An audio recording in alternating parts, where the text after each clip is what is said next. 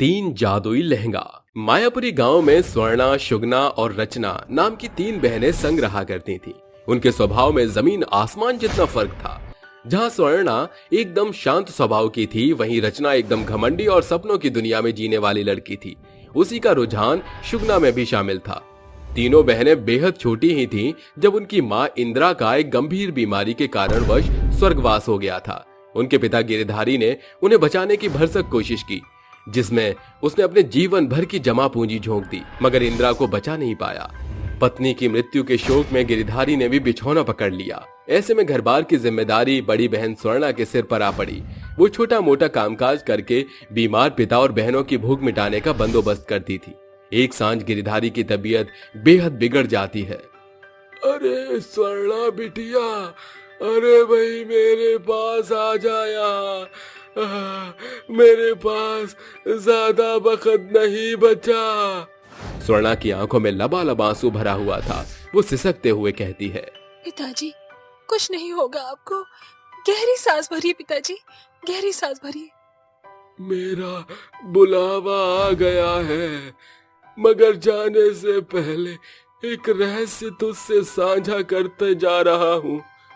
तुम तीनों सालों से मुझसे पूछती आ रही हो ना कि उस संदूक में क्या खास है। दरअसल उसके भीतर तुम्हारी माँ के लाल, गुलाबी और सुनहरे रंग का 3 दुल्हन लहंगे हैं, जो तुम्हारी माँ को भेंट में मिला था। तुम्हारी माँ ने मरते दफा मुझे ये कहा था कि मैं उन तीनों लहंगों को तुम बहनों में बंटवारा कर दूं। स्वर्णा, ये जिम्मेदारी मैं तुम्हें सौंपता हूँ। ये कहकर गिरधारी दम तोड़ देता है। पिता की मौत से स्वर्णा को गहरा सदमा पहुंचता है। 2 दिन बाद पिताजी ने जाते समय इस संदूक में बंद लहंगे का जिक्र किया था। स्वर्णा जैसे ही संदूक खोलती है, तीनों लहंगों की चमक उसकी आंखों को चकाचौंध करने लगती है। स्वर्णा तीनों लहंगों को सीने से लगाकर उनका बखान करती हुई कहती है, वो कितनी सुंदर बेला रही होगी ना शगना, रचना, जब ये लहंगे माँ ने ब्याह में पहने होंगे। जरूर माँ ने शादी के रोज ही लाल जोड़ा ही या फिर ये गुलाबी लहंगा पहना होगा। स्वर्णा अपनी दोनों बहनों को निहारते हुए कहती है, अरे क्या बात है, तुमको ये लहंगे देखकर खुशी नहीं हुई? इसमें खुश होने जैसा है ही क्या? आज के नए जमाने में भला इन फीके पुराने लहंगों को कौन पूछता है? जिस हिसाब से पिताजी ने इन लहंगों के प्रति प्रसंग जताया था, मैंने तो सोचा जरूर इसमें हीरे मोती जड़े होंगे, मगर सारी आशा निराशा में बदल गई। स्वर्णा उन तीनों बहनों को सीने से समेटे अपनी माँ को याद करती हुई आंसू बहाती है। जैसे उसके आंसू की बूंद उन लहंगों पर पड़ती है, एक तेज चमक घर को चकाचौंध करती हुई उन तीनों लहंगों में समा जाती है, जिसके साथ वो तीनों लहंगे सोने, चांदी और हीरे के लहंगे में बदल जाते हैं और एक आवाज पूरे घर में गूंज उठती है, स्वर्णा। माँ, ये आपके स्वर है ना? हाँ स्वर्णा, ये मैं हूँ। अब से ये 3 लहंगे साधारण नहीं, बल्कि जादुई सोने, चांदी और हीरे के जादुई लहंगे में बदल चुके हैं। जब भी तुम्हें धन की आवश्यकता होगी, ये जादुई लहंगे उसे पूरा करेंगे। ये सुनकर स्वर्णा की दोनों बहनों के भीतर घनघोर लालच समा जाता है। दोनों झट से 2 लहंगों को चुनकर कहती हैं, ये सुनहरा सोने का लहंगा मेरा हुआ और ये हीरे वाला लहंगा मेरा। बाकी ये चांदी वाला लहंगा तुम रखो स्वर्णा, ये तुम भरी सुंदर लगेगा। रचना और शुगना अपने जादुई लहंगे को पहनकर शीशे के सामने खड़े होकर कहती हैं, हीरे तो एकदम शीशे के जैसे चमक रहे हैं, मेरा रूप मगर अभी कुछ अधूरा है।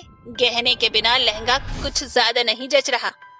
क्यों ना हम अपने जादुई लहंगे से कुछ मांग कर देखें, हमको इस लहंगे का पुख्ता प्रमाण भी पता चल जाएगा।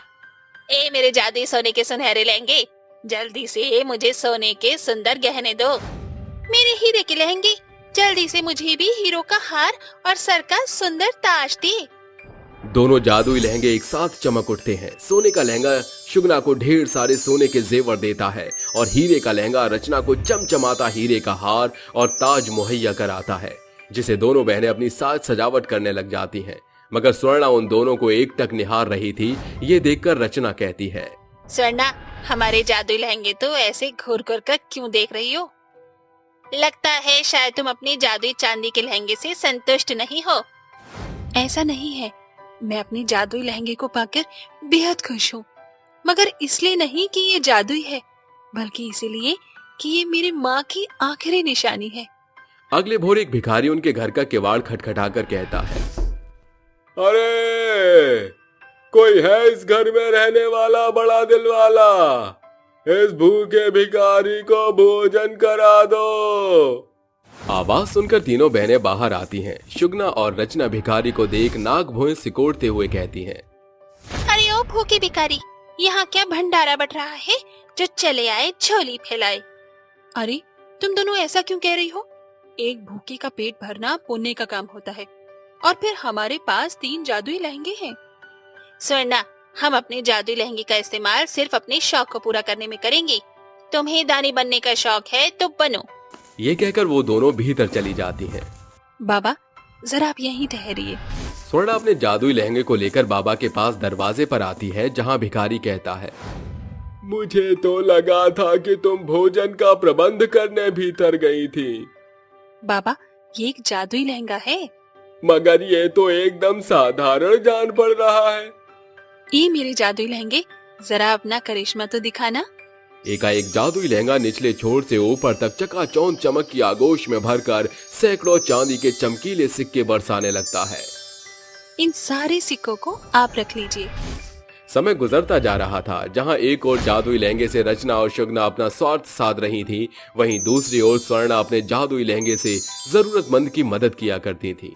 एक सवेरे सत्यपाल और रामदीन स्वर्णा के पास आते हैं। उन्हें आता देख शुगना और रचना ताने भर स्वर से कहती हैं, अरे क्या बात है, आज ये 2 हंसों का जोड़ा इतनी सवेरे हमारे पास क्या लेने आया है? रामदीन काका, सत्यपाल चाचा, कोई खास काम था क्या? मुझे बुला लिया होता। अरे बिटिया, पूरे गांव में सनसनी फैली हुई है कि तुम तीनों के पास जादुई लहंगा है। कल हमारे गांव में गरीब लड़कियों का सम्मेलन शादी है। सारा बंदोबस्त तो हो गया है। अगर तुम लहंगे का भार उठा लेती तो भला हो जाता। आप दोनों बेफिक्र रहिए, सभी दुल्हनों के जोड़ों का बंदोबस्त हो जाएगा। उनके जाते ही दोनों बहनें स्वर्णा पर बरसते हुए कहती हैं, अरे तुमने क्या इन भिखारियों का बीड़ा उठा रखा है? अगर तुम्हें दयावान बनने का शौक है तो अपना जादुई लहंगा उन्हें दान में क्यों नहीं दे देती? मैं ऐसा नहीं कर सकती, क्योंकि ये लहंगा माँ की निशानी है, मगर मैं इसे अंत तक गरीब की मदद में भरसक इस्तेमाल करूंगी, भले ही तुम दोनों मेरा साथ दो या ना दो। स्वर्णा अपने जादुई लहंगे से कहती है, हे मेरे जादुई लहंगे, आज मुझे तुम्हारी सख्त मदद चाहिए। मुझे चांदी के इतने सिक्के दो जिससे कि मैं उन लड़कियों की शादी का लहंगा तोहफे में उन्हें दे सकूं। स्वर्णा के स्वर खत्म होते ही उसका जादुई लहंगा एकाएक सोने, चांदी और हीरे एक साथ बरसाने लगता है। तभी उसकी बहनें रोते हुए वहां आकर कहती हैं, स्वर्णा, जाने कैसे हमारा लहंगा ओझल हो गया। हाँ, अब हम अपने शौक कैसे पूरे करेंगी? तभी एक बार फिर इंद्र की आवाज सुनाई देती है, शुगना और रचना, तुमने अपने जादुई लहंगे से सिर्फ अपना स्वार्थ साधा, फिर भी तुम्हें एक मौका मिला, तुमने उसे भी गवा दिया। इसलिए अब उन 3 जादुई लहंगे की शक्तियां स्वर्णा के जादुई लहंगे में समाहित हो चुकी हैं, क्योंकि इसने निस्वार्थ भाव से लोगों की मदद की। उस पल दोनों बहनों के चेहरे पर अहंकार होने का बड़ा पछतावा साफ तौर से दिखाई पड़ रहा था। इस कहानी से हमें यह सीख मिलती है कि हमें कभी धन का घमंड नहीं करना चाहिए, क्योंकि कोई नहीं जानता कि बेहतर जीवन का पासा किस पल पलटकर बदतर जीवन में बदल जाए। WWE खेलने वाली बहू। बेगमपुर गांव में सुहानी अपनी मां नीलम और पिता गौरव के साथ रहा करती थी। वो बहुत ही ज्यादा खुशहाल परिवार था, लेकिन सुहानी के माता पिता को सुहानी की चिंता लगी रहती थी, क्योंकि वो एक्शन वाली फिल्में ज्यादा देखा करती थी और खुद को भी एक रेसलर समझती थी। ऐसे ही एक दिन सुहानी के स्कूल में रेसलिंग कंपटीशन था। उसमें सुहानी ने हिस्सा लिया और घर में आकर अपनी माँ को बोलती है, माँ, आपको पता है मैंने रेसलिंग में हिस्सा लिया है। अब तुम देखना, आपकी बेटी सबका मुंह तोड़ देगी और मेडल जीत कर लाएगी। हे भगवान, ये क्या कह रही है तू? तेरे पिता को पता चलेगा तो वो तुझे स्कूल ही जाने से मना कर देंगे। वो दोनों बात कर ही रहे होते हैं कि इतने में उसके पिता आ जाते हैं और अपनी बेटी को अपने गोद में लेकर बोलते हैं, अरे मेरी प्यारी बच्ची, तुझे देखकर ही तो सुकून आता है मुझे। अच्छा पिताजी, अगर ऐसा है तो मैं जो बोलूंगी वो आप मुझे देंगे ना? हाँ हाँ मेरी बच्ची, तू हमसे कुछ मांगे और हम तुझे ना दें, ऐसा हो ही नहीं सकता। उसकी ये बात सुनकर सुहानी खुश हो जाती है और अपने पिता के सामने स्कूल वाली बात बोल देती है। गौरव ने उसको किसी भी चीज से नहीं रोका था और उसका मासूम सा चेहरा देखकर उसको हाँ कर देता था। और अगले दिन सुहानी अपने स्कूल के कंपटीशन में जाती है और कंपटीशन में अव्वल आती है। शाम को सुहानी अपने घर पर बड़ी खुशी से आती है और अपने माता पिता को मेडल दिखाती है। वो मेडल देखकर उसके माता पिता बहुत खुश हो जाते हैं, लेकिन नीलम अचानक बोलती है, अरे गौरव जी, हम यूं इस तरह खुश तो हैं, लेकिन हम ये भूल रहे हैं कि ये हमारी बेटी है, बेटा नहीं। हाँ मुझे पता है, पर अभी हमारी बच्ची छोटी है, इसलिए खेलने दो।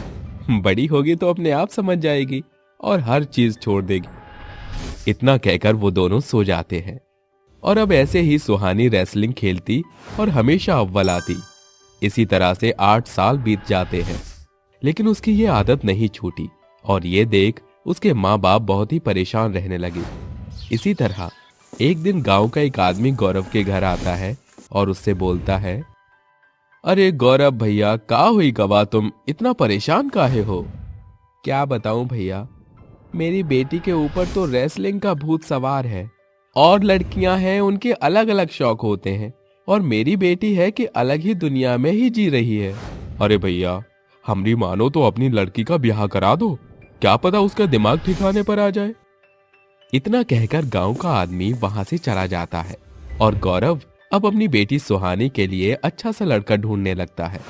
सुहानी के लिए एक बहुत ही अच्छा रिश्ता आता है और गौरव अपनी पत्नी नीलम से बोलता है, अरे नीलम, सुनती हो? जी गौरव जी, बोलिए।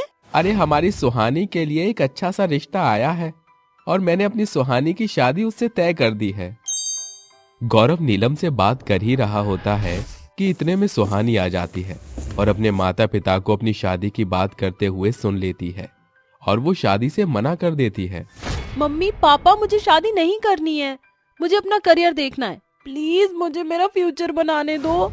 सुहानी, आज तक मैं तेरी हर बात मानता आया हूँ, लेकिन अब नहीं, बस बहुत हो गया। अगर तूने शादी नहीं की तो तू मेरा मरा हुआ मुंह देखेगी। बेचारी सुहानी को अब अपने पिता की बात माननी पड़ती है और अब सुहानी की शादी राज नाम के एक बहुत ही समझदार लड़के से हो जाती है। सुहानी अपने ससुराल में अब खुशी से रहने लगी, लेकिन उसके सामने जब भी कोई एक्शन मूवी आती तो उसके अंदर का रेसलर बाहर निकल कर आने लगता और उसके हाथ अपने आप चलने लगते। और ऐसे ही एक दिन सुहानी के घर में उसका भतीजा टीवी पर रेसलिंग देख रहा था। तभी वहां सुहानी आती है और उसके साथ बैठकर बच्चों की तरह रेसलिंग देखने लगती। मारो इसको, मारो, ये, हाँ, ये। देख सुहानी की सास को बहुत गुस्सा आता है और उसको गुस्से से बोलती है, बहू, तू पागल हो गई है, बच्चों की तरह चिल्लाकर टीवी देख रही है। अरे तेरे अंदर इतना दिमाग नहीं है क्या कि अगर आस पड़ोस में किसी ने ये शोर सुन लिया तो क्या कहेंगे? अरे तुझे सब पागल कहेंगे। पता नहीं कौन सी घड़ी में मैंने अपनी बेटी की शादी तुझसे करवा दी। बेचारी सुहानी अपनी सास को कुछ नहीं बोलती और चुपचाप वहां से चली जाती है। सुहानी अपने कमरे में जाकर रोने लगती है। थोड़ी देर बाद राज आता है। तब सुहानी को रोता हुआ देख वो उससे पूछता है, अरे बेबी, क्या हो गया, तुम रो क्यों रही हो? सुहानी उसको सारी बात बताती है और बोलती है, राज जी, मेरा सपना था रेसलिंग का, मैंने काफी मेडल्स भी जीते हैं, लेकिन मैं लड़की हूँ। मेरी वजह से मेरे माँ बाप की इज्जत घट जाएगी, ये सोचकर मेरे माता पिता ने मेरी शादी करवा दी और मेरा सपना अधूरा रह गया। उसकी ये बात सुनकर राज बोलता है, अरे इसमें इज्जत घटने वाली क्या बात है? तुम्हारे अंदर टैलेंट है और इस टैलेंट को दुनिया के सामने मैं लाऊंगा, तुम चिंता मत करो। क्या सच में राज जी? इतना कहकर अगली सुबह राज अपने घर में सुहानी के लिए बात करता है, लेकिन उसके घर वाले नहीं मानते। लेकिन फिर भी राज हार नहीं मानता और अपनी पत्नी को घर से दूर शहर में लेकर चला जाता है। वहीं सुहानी पूरी तरह से मेहनत करती है और आगे का कोर्स लगन से करती है। ऐसे अब कुछ दिन बीत जाते हैं। अब नेशनल रेसलिंग कंपटीशन में सुहानी हिस्सा लेती है। आखिरकार सुहानी जीत जाती है और उसको 4 लाख रुपए और गोल्ड मेडल भी मिलता है। उसकी ये तरक्की देख अब राज बहुत खुश होता है। उसकी आंखों में आंसू आ जाते हैं कि तभी सुहानी स्टेज से आती है और अपने पति के गले लग जाती है। तब उसका पति राज उससे बोलता है, सुहानी, तुमने मेरा सीना गर्व से चौड़ा कर दिया है। मैं तुम जैसी पत्नी पाकर बहुत बहुत खुश हूँ। सुहानी राज के आंसू पोंछकर बोलती है, राज जी, आज मैं अगर इतनी आगे बढ़ पाई हूँ या मैं आज जो कुछ भी हूँ वो सिर्फ आपकी वजह से हूँ। अगर आप नहीं होते तो शायद मेरा कोई अस्तित्व नहीं होता। Thank you so much. और अब राज उसको शहर से वापस घर लेकर आता है और उसके स्वागत के लिए वो सब होते हैं। सुहानी के माता पिता, सास ससुर और वो हर इंसान उससे माफी मांगता है जिसने उसको रेसलिंग काबिल नहीं समझा और लड़की कहकर उसकी शादी करवा दी। मुझे माफ कर दो बेटा, हम तुझे समझ नहीं पाए। हाँ बेटा, माफ कर दे हम लोगों को। अरे बहू, तू अपनी सास को माफ नहीं करेगी? मैंने तुझे कितना कुछ बोला था। उनको यूं ही इस तरह माफी मांगते हुए देख सुहानी उनसे बोलती है, अरे आप सब मुझसे माफी मत मांगिए। आप लोगों ने वो किया जो आपको सही लगा, लेकिन मेरे पति राज ने वो किया जो इन्हें सही लगा। अब आप सब मुझसे माफी मांगकर मुझे शर्मिंदा ना कीजिए। वहीं उनकी आंखों में खुशी के आंसू देखकर सुहानी सबको माफ कर देती है और अपने परिवार वालों के साथ खुशी से रहने लगती है। ट्रेन पर सिर कटी चुड़ैल का साया। निजामी स्टेशन पर ट्रेन में सब लोग बैठ जाते हैं। तभी ट्रेन में काफी हलचल होने लगती है। तूफान आता है, लाइटें जलने बुझने लगती हैं। अरे अरे ये क्या हो रहा है? भला एक ट्रेन में तूफान कैसा? और कोई तो बताओ ये क्या हो रहा है? पता नहीं क्या हो रहा है। डरो मत, तुम सब तो मेरे प्यारे दोस्त हो। मैं तुम्हें कुछ नहीं करूंगी। ये चुड़ैल जैसी हंसने की आवाज कहाँ से आ रही है?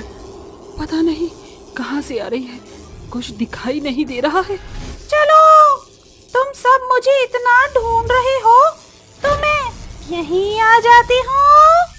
ये कहते ही चुड़ैल अब उनके सामने आती है, लेकिन एक भयानक रूप में जिसे देखकर लोगों की आंखें फटी की फटी रह जाती हैं। दरअसल वो चुड़ैल एक सिर कटी चुड़ैल थी जो अपने हाथ में कटे सिर को लेकर आ रही थी। चुड़ैल को देखकर सब अपनी सीट पर सिमट जाते हैं। हेलो फ्रेंड्स, कैसे हैं आप सब? आपने ही मुझे बुलाया था ना? तो देखिए मेरा असली चेहरा, मैं कैसी लग रही हूँ। डरावनी, डरावनी।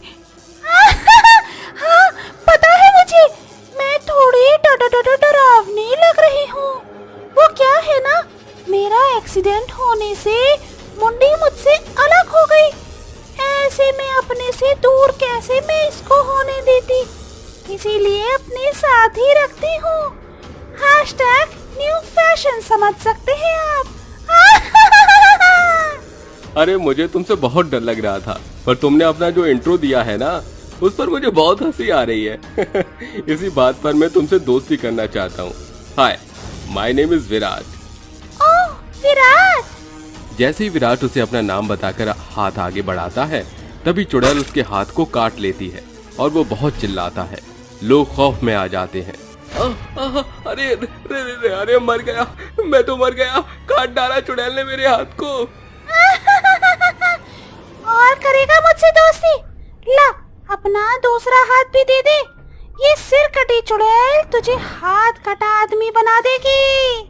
नहीं, मुझे माफ कर दो। ये कहकर वो लड़का दूसरे डिब्बे की ओर भाग जाता है। वहीं चुड़ैल कहती है, किसी और को करनी है मुझसे दोस्ती? अरे नहीं, हमें बख्श दो, हमें कुछ मत करना।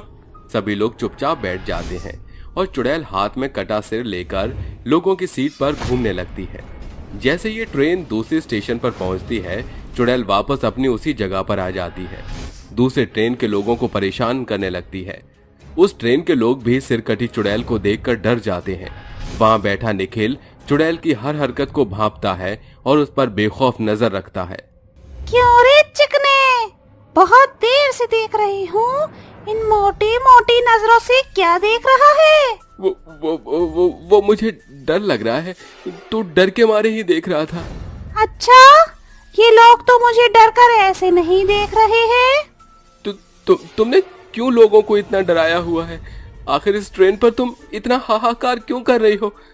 और तुम्हारा ये सिर ये कैसे कटा? ये सब बताना मैं तुम्हें जरूरी नहीं समझती हूँ। अपने काम से काम रखो, वरना तुम्हें भी मैं सिर कटा बना दूंगी। चुड़ैल इतना कहती है कि एक औरत ट्रेन के पंखे को उखाड़कर चुड़ैल पर फेंकती है। तभी चुड़ैल झटके के साथ पलटती है और उसकी मुंडी बोलने लगती है। लगता है तुझे अपनी जिंदगी से प्यार नहीं है। अब देख तेरा क्या हाल करती हूँ। नहीं नहीं नहीं नहीं, मुझे मत मारो, मुझे मत मारो। अरे चुड़ैल जी प्लीज उसे छोड़ दो, जाने दो उसे। नहीं नहीं नहीं, इसने मुझे बेवकूफ समझा, पर ये बेवकूफ ये नहीं जानती कि मैं सिर कटी चुड़ैल हूँ और मुझे टुच्ची मुच्ची चीजों से कोई फर्क नहीं पड़ता। वैसे मैं किसी को मारना नहीं चाहती थी। ये कहते ही चुड़ैल उस औरत को चलती ट्रेन से नीचे फेंक देती है और खुद भी चली जाती है। वहीं निखिल उसे ढूंढता रहता है। अरे अचानक से कहाँ चली गई? चुड़ैल भी इस ट्रेन से वापस उसी स्टेशन की किसी और ट्रेन में चढ़ जाती है और लोगों को परेशान करती है। तभी भागती हुई ट्रेन में एक लड़का एक लड़की का हाथ पकड़ते हुए ट्रेन में चढ़ जाता है और कहता है, शुक्र है हम लोग इस ट्रेन में जल्दी चढ़ गए, वरना वो लोग तो हम दोनों को जिंदा मार डालते और हमेशा के लिए अलग कर देते। नहीं मोहित, ये लोग मुझे मार देते, पर मेरी रूह हमेशा तुम्हारे पास ही रहती। तभी चुड़ैल उन लोगों के पास आती है। दोनों चुड़ैल को देखकर डर जाते हैं। चुड़ैल चुड़ैल, प्लीज हमें कुछ मत करना। बड़ी मुश्किल से तो अभी हमने अपनी जान बचाई है। मैं तुम्हें कुछ नहीं कर रही। बोलो क्या हुआ है तुम्हारे साथ? डरो मत, मैं तुम्हें कुछ नहीं कहूंगी। वो हम एक दूसरे से शादी करना चाहते हैं, इसलिए गांव से भाग गए, लेकिन गांव वाले हमारे पीछे पड़ गए हैं। हाँ, बड़ी मुश्किल से यहाँ पहुँचे हैं। तुम चिंता मत करो, मैं तुम्हें कुछ भी नहीं कहूंगी। अंदर जाकर बैठ जाओ। आपका बहुत बहुत शुक्रिया। आप बहुत अच्छी चुड़ैल हैं। शायद आपके साथ कुछ ऐसा हुआ होगा, इसीलिए आप हमारा दर्द समझ रही हैं। तुम लोगों ने बिल्कुल ठीक कहा। जहाँ एक तरफ चुड़ैल उन्हें अपनी कहानी बताती है, वहीं दूसरी ओर निखिल, जो उस ट्रेन में चुड़ैल को बहुत घूर रहा था, उसे आते जाते 2-3 बार चुड़ैल वहीं स्टेशन पर दिखती है, लेकिन करती कुछ नहीं है। इस बात से परेशान होकर वो स्टेशन पर काफी पूछताछ करता है, जिसके बाद वो चुड़ैल के गांव में पहुंचकर भीमचंद के घर पहुंचता है। पहुंच गया। अब बस भीमचंद बाबा ही बता सकते हैं कि आखिर उसके साथ क्या हुआ था। बाबा, भीमचंद बाबा, आप यहीं रहते हैं ना? हाँ, बोलो, क्या काम है? बाबा, मुझे आपकी बहुत जरूरत है। दरअसल मैं एक लड़की के बारे में जानना चाहता हूँ। वो लड़की जो निजामी स्टेशन की ट्रेनों में ही अक्सर दिखती है, और वो एक सिर कटी चुड़ैल है। मुझे पूछताछ करने पर पता चला कि सिर्फ आप ही मेरी मदद कर सकते हैं इस बारे में, इसलिए मैं यहाँ आया हूँ। हाँ, पर तुम ये सब क्यों जानना चाहते हो? क्या करोगे? बाबा, वो चुड़ैल ज्यादा लोगों को परेशान तो नहीं करती? कहीं ना कहीं वो लोगों को अपनी दहशत से डरा कर रखती है, और उसकी आत्मा भी तो भटक रही है ना। तो जरूरी तो यही है कि उसकी आत्मा को शांति मिल जाए और हम सब लोग भी चैन से सफर कर सके बिना किसी खौफ के। ठीक है, मैं बताता हूँ। कुछ महीने पहले की बात है। वैशाली रघुवीर नाम के लड़के से बहुत प्यार करती थी। वो भी इसी गांव में रहता था, लेकिन जब गांव वालों ने उसके माँ बाप को बता दिया तो बात हर जगह फैल गई। तो उसके माँ बाप ने जबरन उसकी शादी किसी और से करानी चाहिए, लेकिन अंतिम क्षण वैशाली रघुवीर के साथ भागकर उसी स्टेशन पर जा पहुंची। दोनों पटरी को पार कर रहे थे। इतने में वैशाली ट्रेन को देखकर रघुवीर को बचा लेती है, पर खुद मर जाती है, जिसमें उसका सिर कट जाता है। और फिर तुम जानते ही हो। यानी अगर एक बार रघुवीर वैशाली की आत्मा को समझाए, तब शायद वो ये संसार छोड़कर मुक्त हो सकती है। हाँ बेटा, तुमने सही कहा। निखिल उस बाबा से पूछकर रघुवीर के घर तक पहुंच जाता है और रघुवीर को सब कुछ बताकर वो उसी स्टेशन पर ले आता है जहां चुड़ैल उन प्रेमी जोड़े की शादी कराकर आती है। रघुवीर जैसे ही वैशाली को पुकारता है तो चुड़ैल कहती है, रघुवीर, मुझे आपकी आवाज क्यों आ रही है? क्योंकि मैं यही हूँ, मुझे बहुत याद आई तुम्हारी। तुम रघुवीर यहाँ कैसे? मुझे भी तुम्हारी बहुत याद आई। वैशाली, मैं बस तुमसे यही कहना चाहता हूँ कि अब ये संसार को छोड़कर तुम मुक्त हो जाओ। मैं नहीं चाहता इस संसार में तुम्हारी आत्मा भटकती रहे। लोगों को और डराकर परेशान मत करो। ठीक है, मैं चली जाऊंगी। तुम्हें भी मुझे भुलाकर अपनी जिंदगी आगे बढ़ानी होगी। मैं जानती हूँ तुम मुझसे बहुत प्यार करते हो, इसीलिए अभी तक शादी नहीं कर पाए। अब तुम्हें शादी करनी होगी। वैशाली, ये तुम वादा करो। ठीक है, कर लूंगा। इसी के बाद चुड़ैल हमेशा के लिए वहां से चली जाती है। तब से फिर कभी सिर कटी चुड़ैल लोगों को नहीं दिखाई देती। 5 फौजी बहू। ब्रिजपुर गांव में कलावती अपनी 5 बहुओं सुहानी, रोशनी, अंकिता, सोनी, भारती के संग एक ही घर आंगन में रहा करती थी। उन 5 का हमेशा से 15 अगस्त के प्रति बेहद प्यार भरा रुझान रहा था। सुहानी घर की सफाई कर रही थी, तभी उसकी नजर कैलेंडर पर पड़ती है। आज तो 1 अगस्त है। अरे देखो, हम 5 बहुओं का पसंदीदा त्योहार 15 अगस्त बेहद ही पास है। वो 5 बातें कर ही रही थी कि टीवी पर देशभक्ति गीत शुरू हो जाता है। ये देख अंकिता फौजियों के जैसे ऊंची आवाज में कहती है, सोल्जर्स सावधान। तभी वहाँ कलावती आ जाती है और अपनी 5 बहुओं को ऐसे देख कहती है, अरे सवेरे सवेरे तुम 5 सावधान की मुद्रा में क्यों खड़ी हो? कलावती के सवाल का 5 में से कोई जवाब नहीं देती, जिसे देख वो कहती है, अरे तुम 5 की एक संग सांप सूंघ गया है क्या? ये क्या सिपाही के जैसे सलाम ठोक रही हो? सासू माँ, टीवी पर राष्ट्रीय गान चल रहा है, इसलिए हम बहु सावधान मुद्रा में खड़ी होकर भारत की आन बान शान बढ़ा रही थी। रोशनी की व्यंग बात सुनकर कलावती फीका सा मुंह बनाकर वहाँ से चली जाती है। ऐसे ही दिन गुजरते जा रहे थे। एक सांझ 5 बहुएं बैठी हुई आपस में बात कर रही थी। 15 अगस्त का पड़ाव एकदम पास आ गया है, मगर हमारे पतियों ने अब तक पतंग भी नहीं खरीदी। सभी के घर में 1 अगस्त से ही देशभक्ति के गीत गूंज उठे हैं, मगर हमारे घर पर पता ही नहीं चल रहा कि 15 अगस्त आने को है। हाँ, पिछले 5 साल से हम इस घर की बहू हैं, मगर अभी भी हम इस बात से पूरी तरह बेखबर हैं कि सासू माँ 15 अगस्त को पसंद क्यों नहीं करती। मेरे पास एक तरकीब है, क्यों न हम सासू माँ के लिए 15 अगस्त से पहले कुछ खास करें। क्या पता उन्हें भी 15 अगस्त के प्रति प्यार हो जाए। अगली सुबह 5 बहू फौजियों का पहरावा पहने कतार में कलावती की ओर बढ़ते हुए नारेबाजी लगाती है। वंदे मातरम, वंदे मातरम, हमारा भारत महान रहे, ओ जी इसकी शान रहे। 5 बहुओं को फौजी के पोशाक में पहना देख कलावती के तलवों का गुस्सा जैसे सिर चढ़ जाता है और वो कहती है, अरे बंद करो ये नारेबाजी। ये तुम लुगाइयों ने कैसा लिबास पहना है? सासू माँ, हमें तो लगा था कि आपको ये पसंद आएगा। खबरदार, जो फिर कभी ये दोहराया तो। फौजी बनना कोई अटखेल नहीं है। पहली बात ये, तुम 5 का ससुराल है, सरहद की सीमा नहीं। दूसरी बात, तुम जननी हो, देश का जवान बनने की कोशिश ना करो। ये सब कहते हुए कलावती की आंखों में आंसू भर आते हैं। वो गुस्से से पैर पटकती हुई वहाँ से चली जाती है। तभी भारती कहती है, आखिर माँ जी का 15 अगस्त के प्रति इस बेरुखी का कारण क्या है? आज आप 5 को बताना ही होगा। कहो अमर, आखिर क्यों 15 अगस्त आते आते माँ जी का खुशनुमा चेहरा पीला पड़ जाता है? दरअसल हमारे पिताजी फौज के जनरल थे। उन्होंने एक फौजी के फर्ज को बखूबी पूरा किया। जब तक पिताजी सरहद की सीमा पर सैनिक की तरह जंग लड़ते थे, पूरा गांव उनकी सराहना करते नहीं थकता था। फिर पिताजी एक जंग को लड़ते लड़ते शहीद हो गए।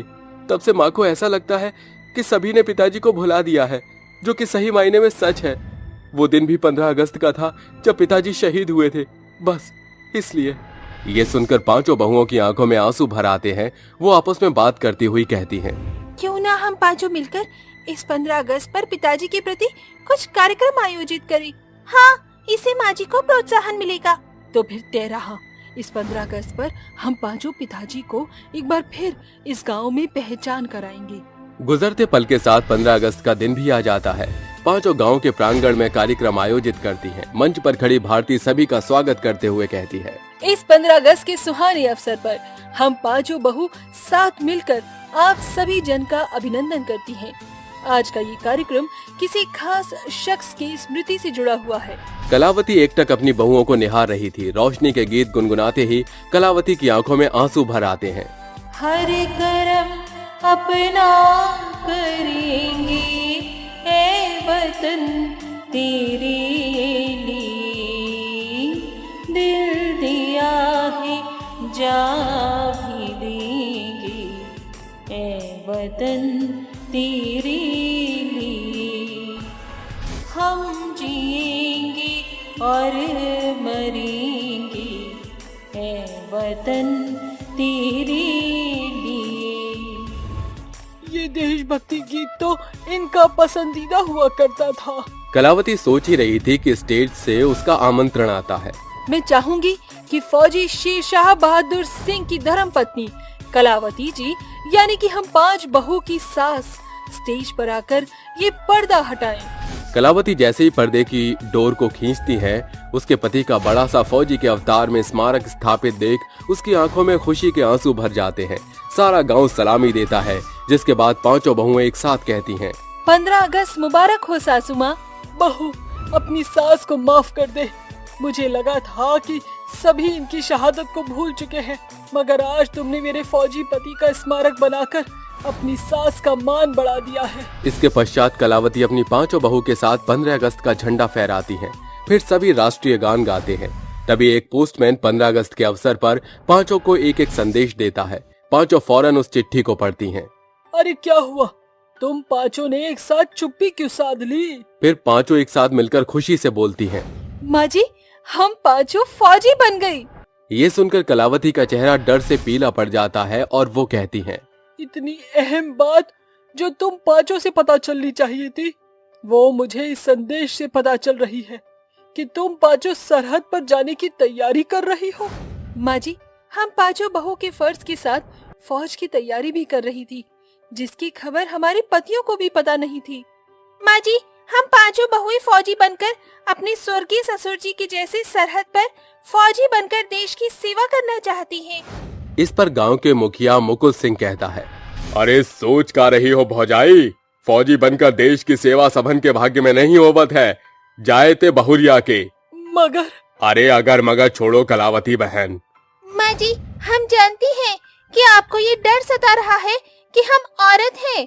मगर माँ जी, देखना, जिस पल आपकी आंखें अपनी 5 बहू को फौजी बना देखेंगी, उस पल आपका सर फक्र से ऊंचा हो जाएगा। माँ जी, आप एक फौजी की बीवी हैं। ये खौफ की चादर आपके चेहरे पर नहीं जचती, उतार फेंकिए उसे। माँ जी, एक जननी ही देश के जवान को जन्म देती है, तो वो जननी क्यों फौजी बनकर सरहद की सीमा नहीं नाप सकती? अगले दिन पांचों बहुएं फौजी का पहनावा पहनकर तैयार होती हैं। पूरा गांव मिलकर उन्हें स्टेशन छोड़ने आता है। जाओ बहू, फौजी बनकर अपने देश गांव का जमीन का मान बढ़ा देना। हाँ बहू, देखना जंग में जीत का बिगुल तुम पांचों ही बजाओगी। थोड़ी ही देर में ट्रेन पटरी पर दस्तक देती है और कलावती हंसी खुशी अपनी पांचों फौजी बहू से कहती है, जाओ मेरी पांचों फौजी बहू और अपना फर्ज अदा करो। जीत तुम्हारी ही होगी, ये तुम्हारी सास का आशीर्वाद है। सरहद में शामिल होने के बाद से पांचों फौजी बहू कई बड़ी जंग पर जीत हासिल करती हैं, जिसके बाद वो छुट्टियों में घर लौटती हैं। पूरा स्टेशन फूल और शहनाइयों के संग उनका स्वागत करता है। स्वागत है मेरी पांचों फौजी बहू। मैं जानती थी तुम पांचों फौजी फतेह हासिल करके ही लौटोगी। माँ जी, पूरे महीने भर की लंबी छुट्टी मिली है। इन दिनों आपकी पांचों फौजी बहू सरहद की सीमा को भूलकर सिर्फ बहू बनकर ससुराल और अपनी सास की सेवा सहाय करना चाहती हैं। पांचों बहू सरहद से मिली छुट्टी में अपनी सास के संग पारिवारिक जीवन जीती हैं और सरहद से संदेश आने पर वो पांचों एक बार फिर फौजी बनकर अपना फर्ज अदा करने चली जाती हैं। चलते हैं माँ जी, आपकी फौजी बहू को उसका फर्ज पुकार रहा है। जाओ और घुसपैठियों के छक्के छुड़ाकर उन्हें भारत देश की जननी की ताकत का एहसास दिलाकर लौटना। इसी के साथ 5 फौजी बहू की ये कहानी होती है यहीं समाप्त। शाम के 6 बजे थे। साफ मौसम था। बच्चे पेड़ के नीचे खेल रहे थे। तीन भैंसें मजे से चारा चर रही थी कि अचानक तेज आंधी चलने लगती है। बादल बिल्कुल काले हो जाते हैं। मौसम के रुख बदलने से सब अपने घर में घुस जाते हैं। वहीं बंधी हुई तीनों भैंस हाहाकार मचाने लगती हैं। तभी भैंस के आगे चुड़ैल आ जाती है और हंसकर कहती है, आ गई आखिर में भैंसों को चुराने आ गई। आज तो मैं इसे लेकर ही जाऊंगी और फिर इनका मीठा मीठा दूध पीऊंगी। भैंस अभी उस चुड़ैल को देखकर जोर जोर से आवाज निकाल रही थी और उससे भागने की कोशिश कर रही थी। इतने में उस भैंस की मालकिन ममता आ जाती है और कहती है, अरे अरे, ये मेरी भैंसिया इतना मिचमिचा क्यों रही है? शांत हो जा, शांत। वो इसलिए मिचमिचा रही है क्योंकि उन्होंने चुड़ैल को देख लिया है। चुड़ैल? अरे अब समझ आया, मेरी भैंसिया क्यों मिचमिचा रही थी। बचाओ बचाओ, भागो यहाँ से। अब तो भी मिचमिचाई ना मोटी, मुझे देखकर तेरी तो हो गई ना ऐसी तैसी। तू भी तो मोटी है, मोटी चुड़ैल भैंस कहीं की। क्या बोला तूने मुझे? तेरी तो। ऐसा बोलकर वो मोटी ममता भाग जाती है। तुझे तो मैं बाद में देखूंगी मोटी कहीं की। पहले मैं अपनी भैंसों को ले जाऊं यहाँ से।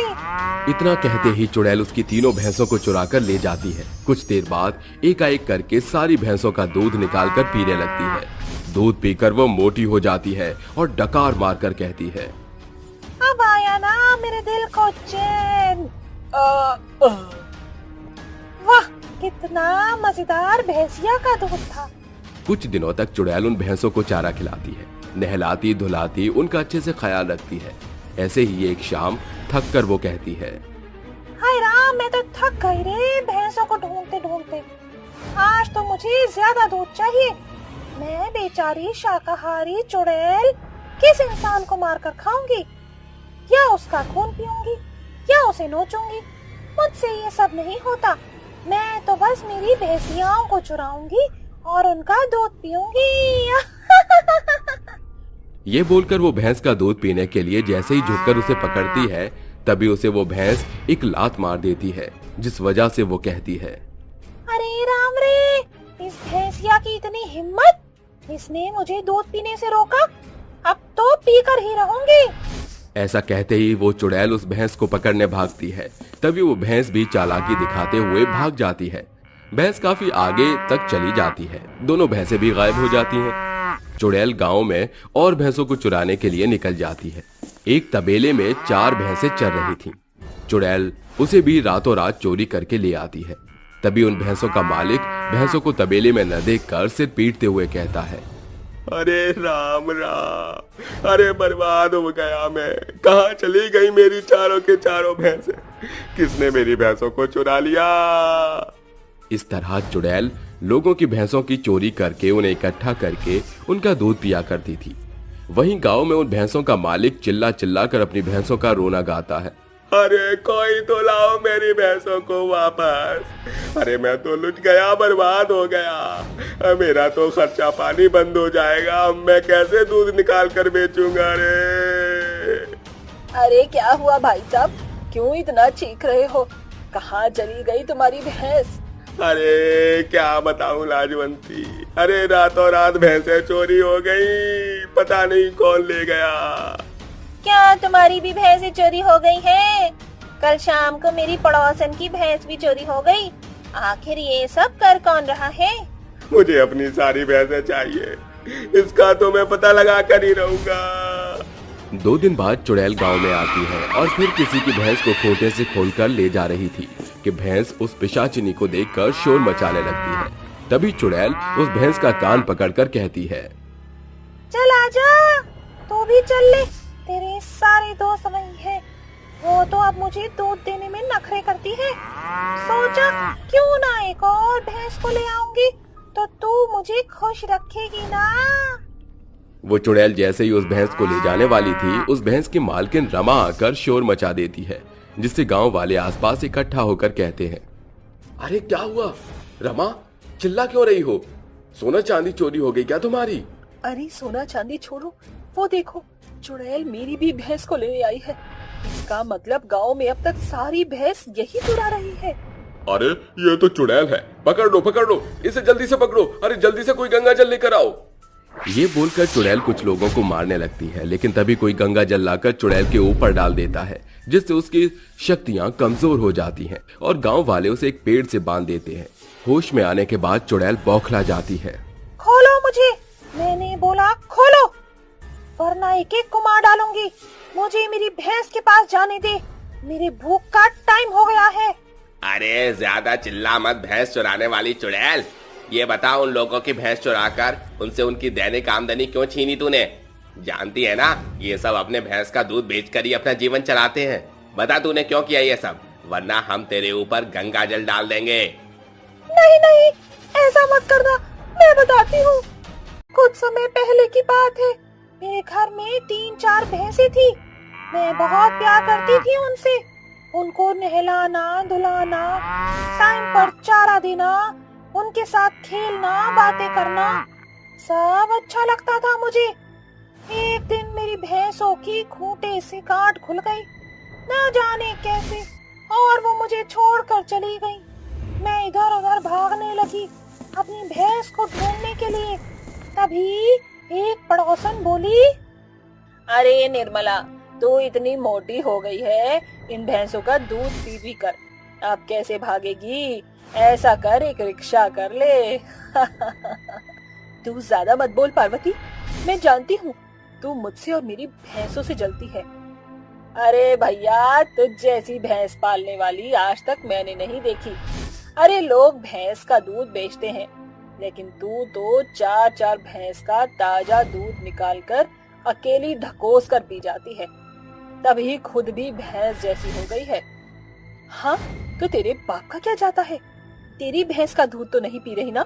निर्मला अपनी पड़ोसन को सुनाकर अपनी भैंस को ढूंढने चली जाती है। तभी बहुत तेज बारिश होती है, लेकिन वो फिर भी ढूंढना नहीं छोड़ती। तभी आगे जाकर उसे अपनी एक भैंस दिखाई देती है। वो उसके पास जा रही थी कि आसमान से जोर से बिजली कड़कती है। आंधी की वजह से खंभा गिर जाता है, जिससे सड़क पर इकट्ठे पानी में करंट आने लगता है। अपनी भैंस के पास जाते ही करंट लगने से उसकी मृत्यु हो जाती है। उसके बाद मैंने भैंसों को चुराना शुरू कर दिया, क्योंकि मैं खाने से ज्यादा भैंसों का दूध पीकर जीती थी। मुझे भूख लग रही थी, इसीलिए मैंने भैंसों की चोरी की, जिसे पीकर मुझे बहुत मजा आता था। देखो, तुम्हारे साथ कुछ बुरा नहीं करना चाहते, चुपचाप हमारी भैंसें लौटा दो।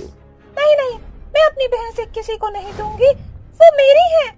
लगता है गांव वालों ये चुड़ैल ऐसे नहीं मानेगी। जल्दी से तांत्रिक बाबा को बुलाओ। कुछ देर में तांत्रिक बाबा आते हैं और विधि करके ध्यान लगाते हैं। ओम ह्रीं क्लीं भट्ट स्वाहा, चुड़ैल मृत्युम बंधक मृतम, आलतू जलालतू, सारी भैंस कहाँ है बता तू।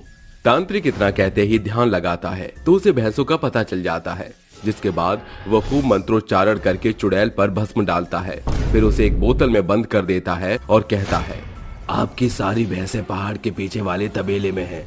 आप सब जाकर अपनी भैंसें वहां से ले आइए और मैं इस चुड़ैल को ठिकाने लगा देता हूँ।